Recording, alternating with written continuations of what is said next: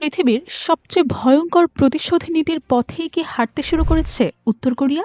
এমন কি সিদ্ধান্ত নেওয়া হয়েছে যেখানে দেশের সর্বোচ্চ নেতা নিহত বা অক্ষম হয়ে গেলেও কয়েক মিনিটের মধ্যে শুরু হতে পারে পারমাণবিক পাল্টা আঘাত?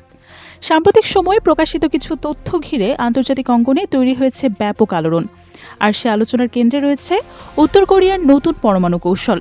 ব্রিটিশ সংবাদ মাধ্যম দ্য টেলিগ্রাফের এক বিশেষ প্রতিবেদনে দাবি করা হয়েছে, উত্তর কোরিয়া তাদের সংবিধানে এমন পরিবর্তন এনেছে যার মাধ্যমে দেশের সর্বোচ্চ নেতা কিম জং উনের মৃত্যু বা স্থায়ীভাবে অক্ষম হয়ে পড়ার পরিস্থিতিতে স্বয়ংক্রিয়ভাবে প্রতিশোধমূলক পারমাণবিক হামলার পথ উন্মুক্ত রাখা হয়েছে।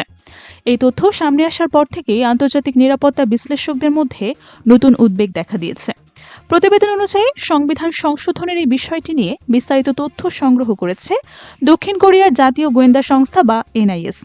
সেই নথি সিউলের রাজনৈতিক নেতৃত্বের কাছেও পাঠানো হয়েছে বলে জানা গেছে।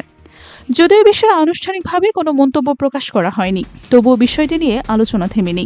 বিভিন্ন বিশ্লেষকের মতে উত্তর কোরিয়ার এই পদক্ষেপের পেছনে সাম্প্রতিক আন্তর্জাতিক সংঘাতের প্রভাব থাকতে পারে।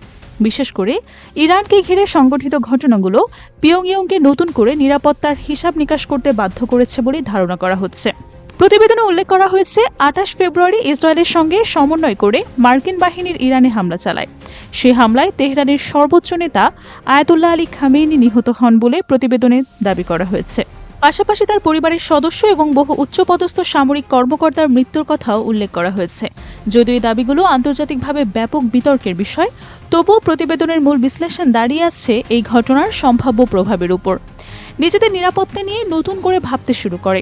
যদি কোনো সংঘাতের সময় কিম জং উনকে লক্ষ্য করে হামলা চালানো হয়, তাহলে তার অনুপস্থিতিতেও কিভাবে প্রতিশোধ নিশ্চিত করা যাবে সে প্রশ্নের উত্তর খুঁজতেই নতুন নীতির দিকে এগোচ্ছে পিয়ংইয়ং।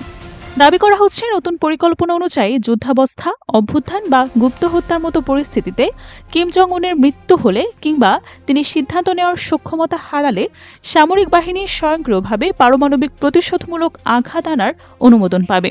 অর্থাৎ কোনো রাজনৈতিক নির্দেশনার জন্য অপেক্ষা না করেই নির্ধারিত পরিকল্পনা কার্যকর হতে পারে। দক্ষিণ কোরিয়ার কুকমিন বিশ্ববিদ্যালয়ের অধ্যাপক আন্দ্রে ল্যাংপন এই বিষয়ে গুরুত্বপূর্ণ মন্তব্য করেছেন।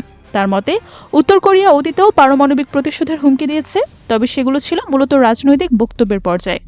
এবার বিষয়টি সংবিধানের কাঠামোর মধ্যে আনার মাধ্যমে এক প্রাতিষ্ঠানিক স্বীকৃতি দেওয়া হয়েছে বলে তিনি মনে করেন। দ্য টেলিগ্রাফকে দেওয়া সাক্ষাৎকারে ল্যাংকপ বলেন, ইরানকে কেন্দ্র করে সাম্প্রতিক ঘটনাগুলো উত্তর কোরিয়ার মধ্যে নিরাপত্তা উদ্বেগ বাড়িয়ে দিয়েছে। সেই উদ্বেগ থেকেই পিয়ংইয়ং এমন সিদ্ধান্ত নিয়ে থাকতে পারে। তার মতে, নেতৃত্বকে লক্ষ্য করে সম্ভাব্য হামলার আশঙ্কাই এই নীতিগত পরিবর্তনের অন্যতম কারণ। অধ্যাপক ল্যাংকপ আরও উল্লেখ করেছেন, সামরিক সক্ষমতার দিক থেকে উত্তর কোরিয়ার একটি বড় দুর্বলতা হল যুক্তরাষ্ট্রের মহাকাশ ভিত্তিক নজরদারি ব্যবস্থা। আধুনিক উপগ্রহ প্রযুক্তির মাধ্যমে ওয়াশিংটন বিশ্বের বিভিন্ন অঞ্চলের সামরিক তৎপরতা পর্যবেক্ষণ করতে পারে। আর এই সক্ষমতাই উত্তর কোরিয়ার নিরাপত্তা পরিকল্পনায় দীর্ঘদিন ধরেই উদ্বেগের কারণ হয়ে আছে। পিয়ংইয়ংয়ের আশঙ্কা, মহাকাশভিত্তিক গোয়েন্দা তথ্য ব্যবহার করে ভবিষ্যতে কিম জং উনের বিরুদ্ধে নির্দিষ্ট লক্ষ্যভিত্তিক অভিযান চালানো হতে পারে। সেই সম্ভাবনা মাথায় রেখেই পরমাণু নীতিতে পরিবর্তন আনা হয়েছে বলেই ধারণা করা হচ্ছে। অর্থাৎ নেতৃত্বকে সরিয়ে দিলেও প্রতিশোধ বন্ধ হবে না, এমন বার্তা দেওয়াই মূল উদ্দেশ্য। ইতিহাসের দিকে তাকালে দেখা যায়, কোরিয়া যুদ্ধের সময় উত্তর কোরিয়া ব্যাপক ধ্বংসযজ্ঞের মুখে পড়েছিল। যুদ্ধ পরবর্তী সময়ে দেশটির উপর বিভিন্ন ধরনের আন্তর্জাতিক নিষেধাজ্ঞাও আরোপ করা হয়। বিশেষ করে যুক্তরাষ্ট্র ও পশ্চিমা বিশ্বে চাপ দীর্ঘদিন ধরেই উত্তর কোরিয়ার অর্থনীতি ও কূটনীতিতে প্রভাব ফেলেছে। তবে এসব চাপের মধ্যেও দেশটি পারমাণবিক কর্মসূচি চালিয়ে যায়। বহু বছর গবেষণা ও পরীক্ষার পর ২০০৯ সালে উত্তর কোরিয়া আনুষ্ঠানিকভাবে পারমাণবিক সক্ষমতা ঘোষণা দেয়। এরপর ধাপে ধাপে তাদের অস্ত্রভান্ডার আরও শক্তিশালী হতে থাকে। উত্তর কোরিয়ার সামরিক সক্ষমতা এবং পারমাণবিক কর্মসূচি দীর্ঘদিন ধরে আন্তর্জাতিক নিরাপত্তা আলোচনার অন্যতম গুরুত্বপূর্ণ বিষয়। বিশেষ করে ২০১৮ সালের দিকে দেশটি আন্তঃমহাদেশীয় ব্যালিস্টিক ক্ষেপণাস্ত্র প্রযুক্তিতে উল্লেখযোগ্য অগ্রগতি অর্জনের দাবি করলে বিষয়টি নতুন করে বিশ্বজুড়ে আলোচনায় আসে। বিভিন্ন আন্তর্জাতিক বিশ্লেষণ ও প্রতিরক্ষা মূল্যায়নে উল্লেখ করা হয়, উত্তর কোরিয়ার উন্নত ক্ষেপণাস্ত্র কর্মসূচি তাত্ত্বিকভাবে দীর্ঘ দূরত্বে লক্ষ্যবস্তুতে আঘাত হানার সক্ষমতা তৈরি করেছে। এর ফলে শুধু পূর্ব এশিয়া না, বৈশ্বিক নিরাপত্তা পরিবেশেও দেশটির ভূমিকা এবং কৌশলগত গুরুত্ব উল্লেখযোগ্যভাবে বৃদ্ধি পেয়েছে। উত্তর কোরিয়ার পারমাণবিক নীতির মূল ভিত্তি হিসেবে দেশটির নেতৃত্ব প্রায় আত্মরক্ষা এবং প্রতিরোধমূলক সক্ষমতার কথা উল্লেখ করে থাকে। দেশটির দৃষ্টিকোণ থেকে পারমাণবিক অস্ত্র ও দূরপাল্লার ক্ষেপণাস্ত্র তাদের নিরাপত্তা নিশ্চিত করার একটি উপায় হিসেবেই বিবেচিত হয়। অন্যদিকে যুক্তরাষ্ট্র, জাপান, দক্ষিণ কোরিয়া এবং তাদের মিত্র দেশগুলো এই কর্মসূচিকে আঞ্চলিক ও আন্তর্জাতিক নিরাপত্তার জন্য একটি গুরুত্বপূর্ণ চ্যালেঞ্জ হিসেবে দেখে। ফলে উত্তর কোরিয়ার প্রতিটি ক্ষেপণাস্ত্র পরীক্ষা বা সামরিক ঘোষণা আন্তর্জাতিক অঙ্গনে ব্যাপক মনোযোগ আকর্ষণ করে। বিশ্লেষকদের মতে, কোরীয় উপদ্বীপে সম্ভাব্য কোনো বড় ধরনের সামরিক সংঘাতের ঝুঁকি নিয়ে আলোচনা করার সময় শুধু উত্তর কোরিয়া ও যুক্তরাষ্ট্রের সম্পর্ক বিবেচনা করলেই যথেষ্ট না। জাপান এবং দক্ষিণ কোরিয়াও এই নিরাপত্তার সমীকরণের অত্যন্ত গুরুত্বপূর্ণ অংশ, কারণ এই দুটি দেশ দীর্ঘদিন ধরে যুক্তরাষ্ট্রের ঘনিষ্ঠ মিত্র হিসেবে পরিচিত এবং এশিয়া প্রশান্ত মহাসাগরীয় অঞ্চলে মার্কিন নিরাপত্তা কাঠামোর গুরুত্বপূর্ণ উপাদান হিসেবেই কাজ করে। ফলে আঞ্চলিক উত্তেজনা বৃদ্ধি পেলে তাদের নিরাপত্তা পরিস্থিতিও সরাসরি প্রভাবিত হতে পারে।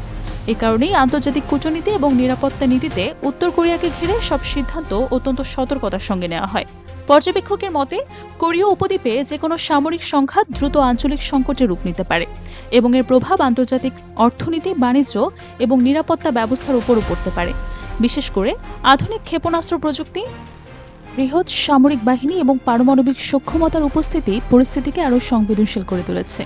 আন্তর্জাতিক সম্পর্ক বিশ্লেষকদের একটি বড় অংশ মনে করেন এই বাস্তবতার কারণেই বিভিন্ন মার্কিন প্রশাসন উত্তর কোরিয়ার বিরুদ্ধে সরাসরি সামরিক পদক্ষেপ নেওয়ার ক্ষেত্রে অত্যন্ত সতর্ক অবস্থান গ্রহণ করেছে।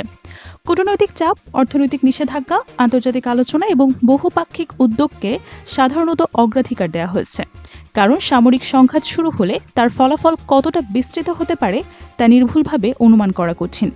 তবে নতুন সংবিধান সংশোধনের খবর সামনে আসার পর পরিস্থিতি আরও জটিল হয়ে উঠেছে, কারণ এখন বিষয়টি শুধু পারমাণবিক অস্ত্রের উপস্থিতি নয়, বরং স্বয়ংক্রিয় প্রতিশোধমূলক ব্যবস্থার প্রশ্নেও পরিণত হয়েছে।